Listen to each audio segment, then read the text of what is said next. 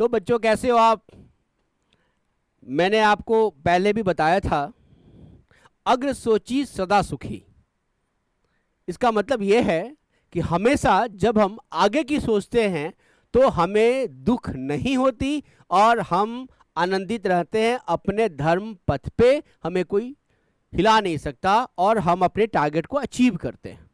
मैं क्या बोलना चाह रहा हूं, कल की बात है, कल हाई कोर्ट, यस, एमपी की बात है। आप सबको पता है इंदौर की बात हो रही है कि वहां पर हाई कोर्ट ने ये डिसीजन सुना दिया। यस बेटा, आप सही देख रहे हो, री नीट 2025 होएगा इस बार। लेकिन ये सबके लिए नहीं होगा। जैसा आप सबको पता है कि एमपी इंदौर में कुछ ऐसे सेंटर्स थे जहां पे वेदर बहुत खराब था और वहां पर इलेक्ट्रिसिटी सप्लाई नहीं थी और विजिबल ऐसी विजिबिलिटी नहीं थी कि बच्चे क्वेश्चन पेपर भी प्रॉपर तरीके से देख पाए। तो इस पे बहुत सारे बच्चों ने एप्लीकेशन डाला था, हाई कोर्ट में अपील करी, उसकी सुनवाई हो रही थी और कल की बात है, इसका सुनवाई आई है और उसमें यह बोला गया एनटीए को कि आपको फिर से नीट एग्जाम करना है।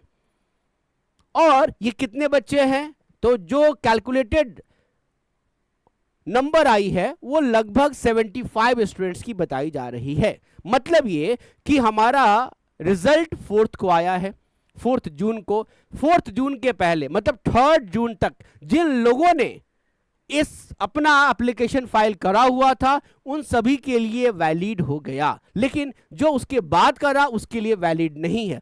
पर इसमें भी एक बात है, ऐसा नहीं कि जिसने अप्लाई किया सबको ले लिया गया, बिल्कुल नहीं। जिसने अप्लाई करा उसके इन्वेस्टिगेटर जो सेंटर्स पे थे उनसे इंक्वायरी की गई, उनसे प्रूफ मांगा गया और जब उन लोगों ने भी उसको एश्योर किया तब जाके उन सेंटर्स पे ही बच्चों को ये बेनिफिट मिल पाया है। तो फिर से याद रखना है, ये केवल एमपी के बच्चों के लिए है, बाकी कहीं के लिए नहीं है। इसमें आप कोई भी कंफ्यूजन ना रखें। अब आपका क्वेश्चन ये आएगा कि सर क्या ये री नीट तो अब हमारे लिए नहीं है? बिल्कुल सबके लिए नहीं है, ये केवल 75 बच्चे या कुछ और भी होंगे। उसके हिसाब से केवल एमपी के इंदौर के जो बच्चे जो 3 जून राइट ना के पहले उन्होंने अप्लाई करा था और उसकी एप्लीकेशन एक्सेप्ट हुई, उनको एविडेंस में सही पाया गया, उनके लिए एग्जाम होगा। You will surprise to know, बड़ा आश्चर्य तरीके से जब इसकी सुनवाई हो रही थी तो कोर्ट में भी क्या किया, जज ने क्या कि ऐसा करो, यहां का भी सारा स्विच ऑफ करो, सब कुछ स्विच ऑफ करो, देखो हम क्या पढ़ पाते हैं नहीं पढ़ पाते हैं। सबने स्विच ऑफ करा and you will surprise to know उन लोगों के पास जो पेपर थे वो प्रॉपर तरीके से नहीं पढ़ पा रहे थे। फिर जज ने ये कहा कि भाई जब हम नहीं पढ़ पा रहे तो बच्चे कहां से पढ़ेंगे। तो एक तो ये एविडेंस देखा, बाकी बहुत सारे एविडेंस के आधार पे ये तय किया गया कि नहीं, इन बच्चों के साथ इंसाफ होना चाहिए और उनकी री एग्जाम होनी चाहिए। चलो, तो ये तो बात हो गई किसके लिए, 75 बच्चों के लिए। और तो 2-4 बच्चे और जो भी होंगे वो आएंगे और उसके लिमिट में आके वो एग्जाम देंगे। बट बाकी जो 12 लाख के आसपास बच्चे, 75 उधर हो गए, बाकी जो इधर 12 लाख 12.5 लाख के आसपास जो बच्चे इन्हें एग्जाम दिया उनका क्या? वो तो क्वालिफाई हो चुके हैं, उनको कोई ना कोई मेडिकल कॉलेज या प्राइवेट कॉलेज मिलना है, फिर उसके लिए क्या करना है? तो बेटा घबराना नहीं है, कट ऑफ जो है ऑलमोस्ट वही रहेगा, आपको पता है।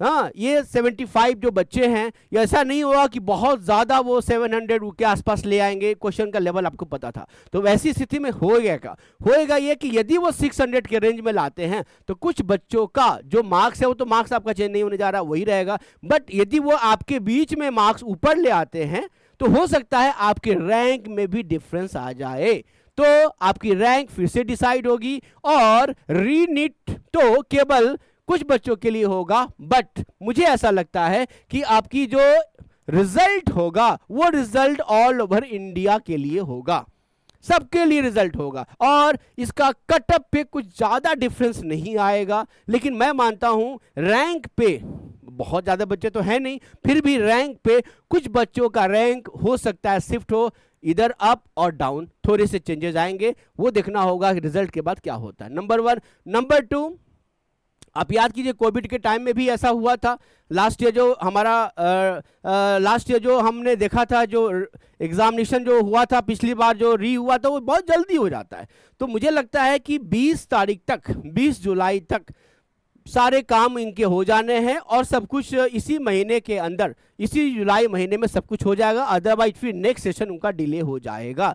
तो आपको चिंता नहीं करनी है। आप जो मार्क्स ला चुके हो आपका आ चुका है। जिन बच्चों ने फिर से तैयारी करने की शुरू कर ली है, गॉड ब्लेस यू। जिन लोगों का अच्छा मार्क्स आया है उनके रैंक थोड़े से ऊपर नीचे हो सकते हैं, ज़्यादा डिफरेंस नहीं आएगा। एंड ऑलवेज बी पॉजिटिव, जो होगा अच्छा होएगा। मैंने क्यों कहा कि अगर सोची सदा सुखी। यदि कुछ और भी सेंटर पे कहीं ना कहीं कुछ प्रॉब्लम होती है, कुछ बच्चे सोचते जाने दो, मेरे साथ हुआ ना, कोड दो, यदि उन लोगों ने भी अप्लाई किया होता तो मुझे ऐसा लगता है कि एनटीए उसकी भी सुनवाई कर देता।